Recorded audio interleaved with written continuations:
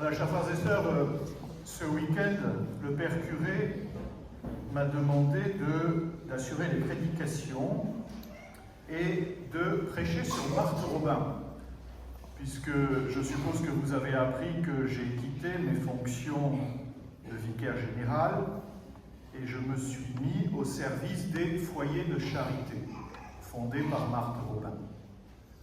Un foyer de charité que certains d'entre vous connaissent déjà. Certaines personnes m'ont dit avoir rencontré Marthe, qui est morte en 1981, ou avoir suivi une retraite dans les foyers de charité, ou bien peut-être avoir des enfants, des neveux qui sont passés par les écoles des foyers de charité. Marthe Robin, pour qui j'ai beaucoup d'admiration, qui est à mon avis une des grandes figures de sainteté du XXe siècle, sur laquelle il y aurait beaucoup de choses à dire, mais ce matin je voudrais simplement méditer avec vous sur 3 points de sa vie, de son message et de ce qu'elle a à transmettre encore aujourd'hui à l'Église. Ces points d'ailleurs ne font que reprendre ceux qui ont été énoncés par la Congrégation pour la cause des saints à Rome, puisque le procès de Marthe a été introduit et la première étape a été franchie. On a reconnu l'héroïcité de ses vertus, elle est vénérable, et donc la Congrégation pour la cause des saints a souligné le caractère éminent de sa vie chrétienne. Alors, 3 points que je livre à votre méditation ce matin. Le premier, rencontrer Dieu dans la maladie. Marthe est née en 1902 dans la Drôme, dans une famille d'agriculteurs, tout simple. Elle a commencé une vie ordinaire, elle est allée à l'école, au catéchisme. On a souligné son tempérament joyeux, pétillant, un brin farceur. Elle a arrêté ses études après le BEPC, le brevet des collèges, puisqu'à cette époque, quand on n'était pas d'une famille suffisamment nantie, comme c'était le cas, eh bien on arrêtait les études et on se mettait au travail. Mais à 16 ans, la maladie rentre dans sa vie. Elle éprouve de violents maux de tête qui la font parfois s'évanouir et tomber par terre. Les médecins s'interrogent. Est-ce que c'est une tumeur? On n'a jamais vraiment su, une encéphalie peut-être. Elle a connu des périodes de rémission, d'amélioration et puis des rechutes. Le fait est qu'à partir de 1928, elle est complètement alitée. Elle ne sortira plus de sa chambre.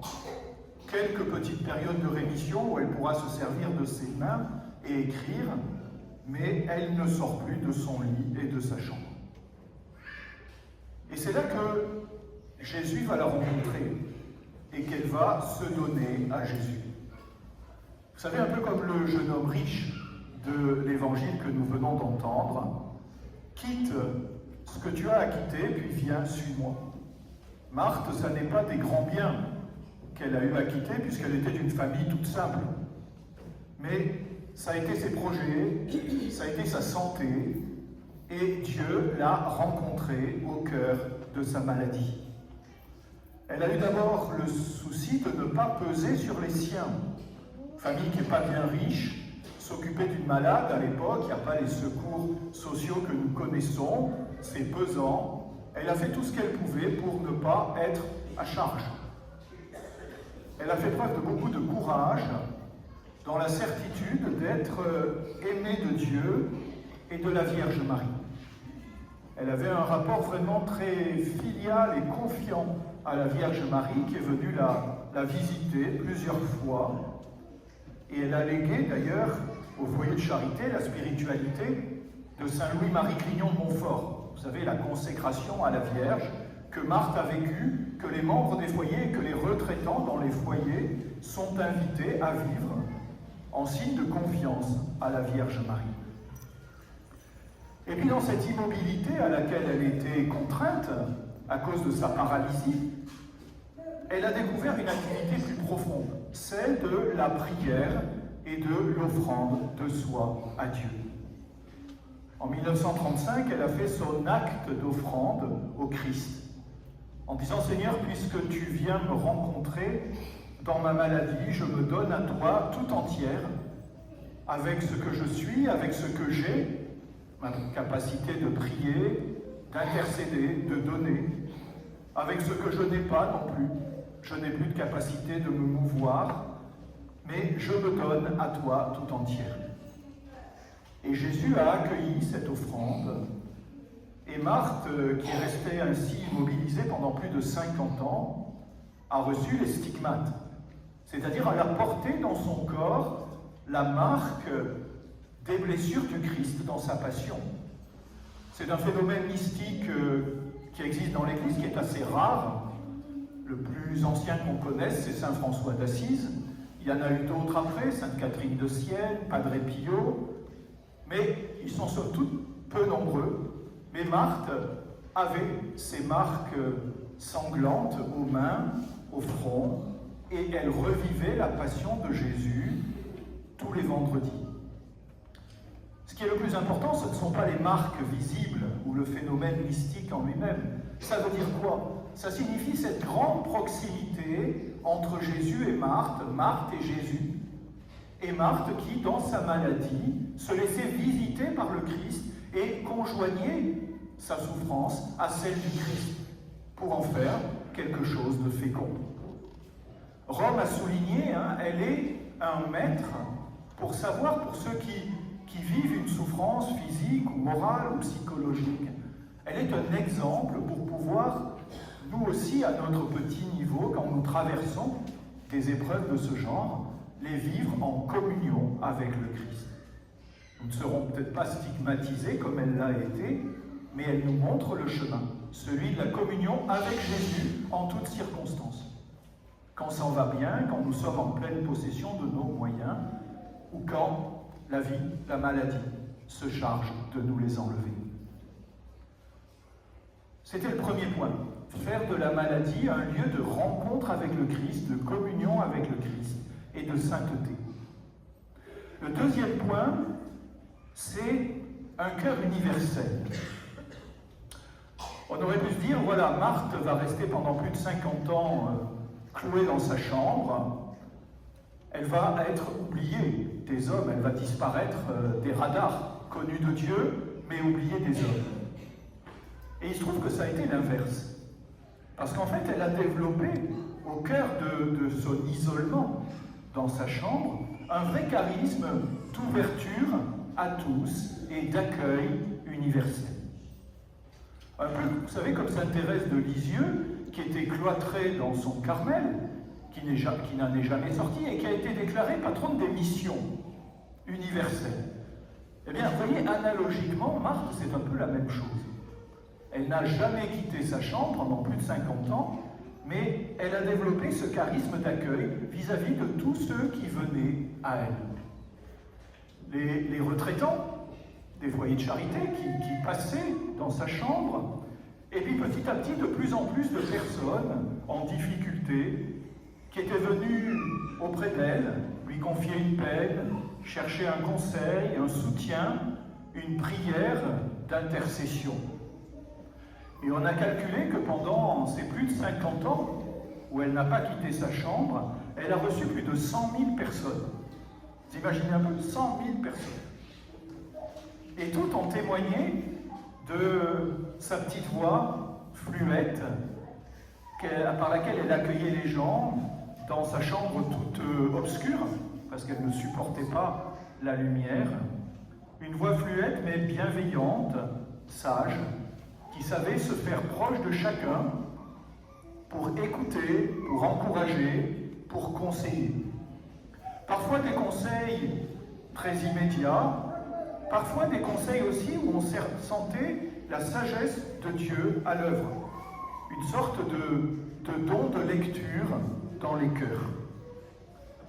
Pour vous donner un exemple de ce don de conseil, de ce don de sagesse, comme disait la première lecture, un de mes amis, parisien qui avait fait des études de médecine et qui exerçait la médecine se posait la question de la vocation sacerdotale. Mais il était en perpétuelle hésitation.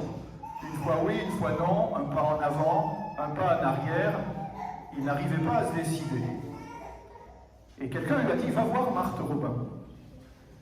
Il est descendu à Châteauneuf, il a fait la queue dans la petite cuisine qui existe encore, et puis est venu son tour d'être accueilli par Marthe, qui gardait une personne 5 minutes, 10 minutes.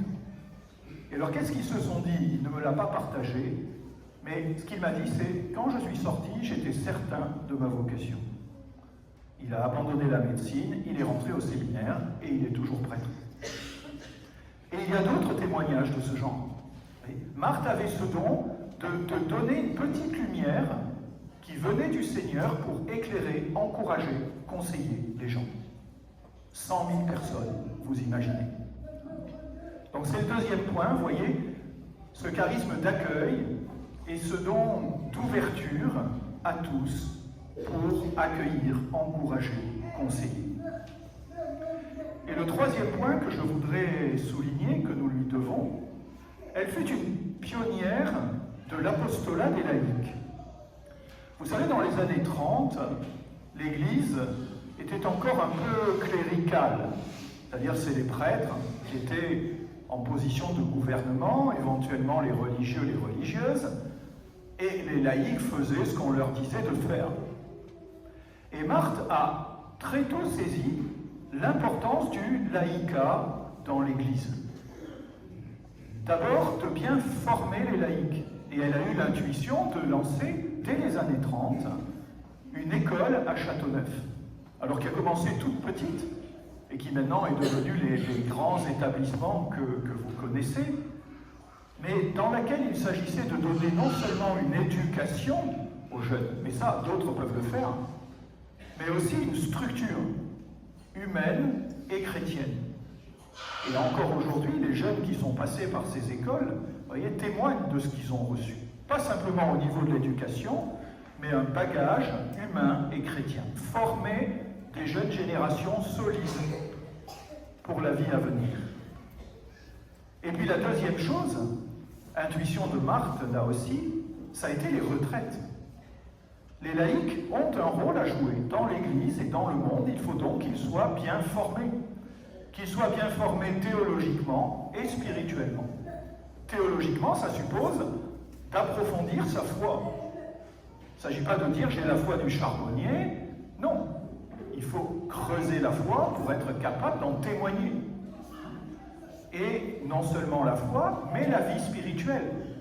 Développer une vraie vie de prière théologale en relation avec Dieu.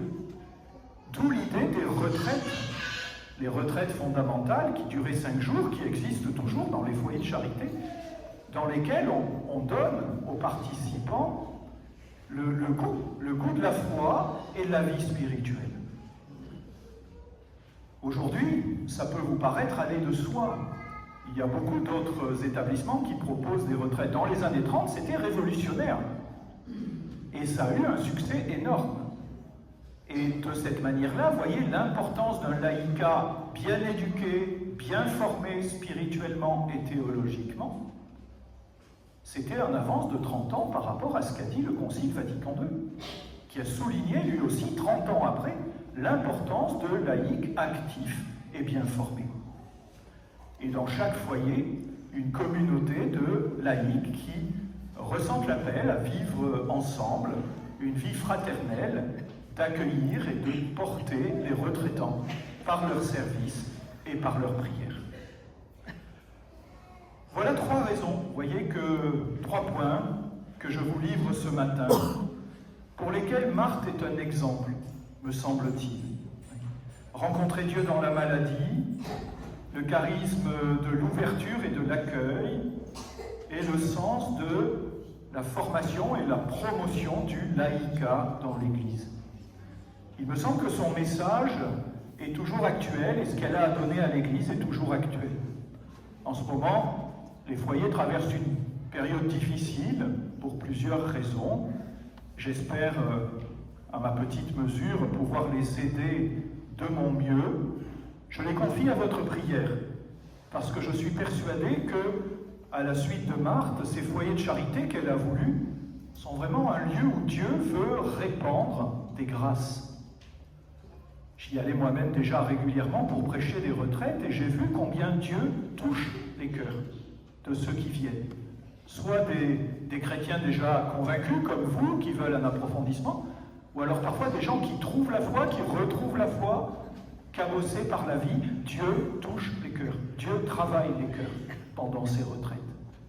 Eh bien, frères et sœurs, priez si vous voulez bien pour que ces foyers de charité puissent continuer leur mission, traverser cette période difficile qui est la leur aujourd'hui et continuer à porter du fruit. Amen.